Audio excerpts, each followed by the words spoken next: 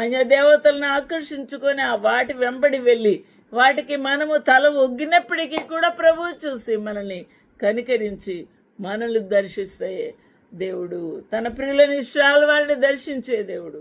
ఎంత గొప్పగా ఉంది ఆయన ప్రేమ, వర్ణించాలవి కాదు. హల్లెలూయా. దేవునికి మహిమ ఘనత ప్రభావములు కలుగునుగాక. ఈ రోజున లోకమంతా కూడా అల్లకల్లోలంగా ఉంది. లోకములో సమాధానం లేదు, లోకములో శాంతి లేదు, తృప్తి లేదు. ఎక్కడ చూసిన వైరాలు, కలహాలు, ద్వేషాలు, కపటాలు. ఇటువంటి భయంకరమైన స్థితిలో మానవుడు ఉన్నాడు.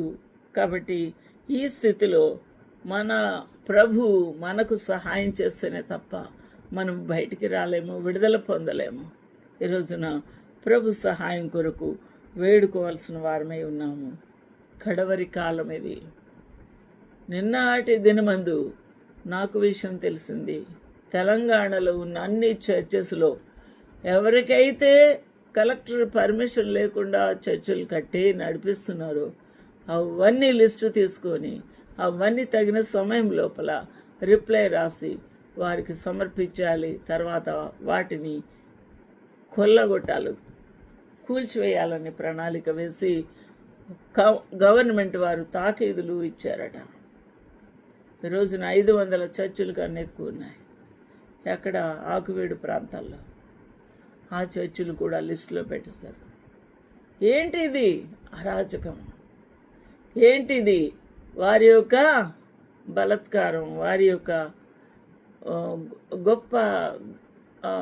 గొప్ప పరిపాలన అని హిందూ దేశముగా స్థిరపరచాలని వారు గాండ్రించుచూ ఉన్నారు. గర్జించు సింహం వలె ఎవరిని మింగుదునా అని వాడు తిరుగుతూ ఉన్నాడు, తిరుగులాడుచూ ఉన్నాడు. ఈరోజు మనం వేడుకోవాల్సిన వారంగా ఉన్నాం. ఆలోచించేద్దాం, ఎంత దారుణం అండి. ఏ దేశంలోనో ఎక్కడో చర్చిలు కూలుస్తున్నారట, ఏ దేశంలోనో పాస్టర్లు కొట్టారట అంటే అది న్యూస్ లాగా చదువుకొని అనేకులకు పంపించేవాళ్ళం. ఇప్పుడు మనకే వచ్చేసింది కదా, ఇప్పుడు మన ప్రాంతాలకే వచ్చింది కదా. మన ధర్మం ఏంటి ఆలోచించేద్దాం, ప్రార్థిద్దాం, వేడుకుందాము. ప్రభుకి ఆయాసకరమైన ప్రతి పాపాన్ని ఒప్పుకుందాము. ప్రభువు తన యొక్క కాపుదలనిచ్చులాగున ఆ గవర్నమెంట్ ఎవడు పిచ్చివాడిస్తున్న ప్రతి అధికారపు ఆ యొక్క తాకీదులు కొట్టివేయలాగున సుప్రీంకోర్టు వారికి కళ్ళు తెరిచేలాగు ఆయన గొప్ప కార్యము చేయలాగున ప్రార్థన చేద్దాం. ప్రభు మనకు సహాయము చేయునుగాక. ఆమేన్.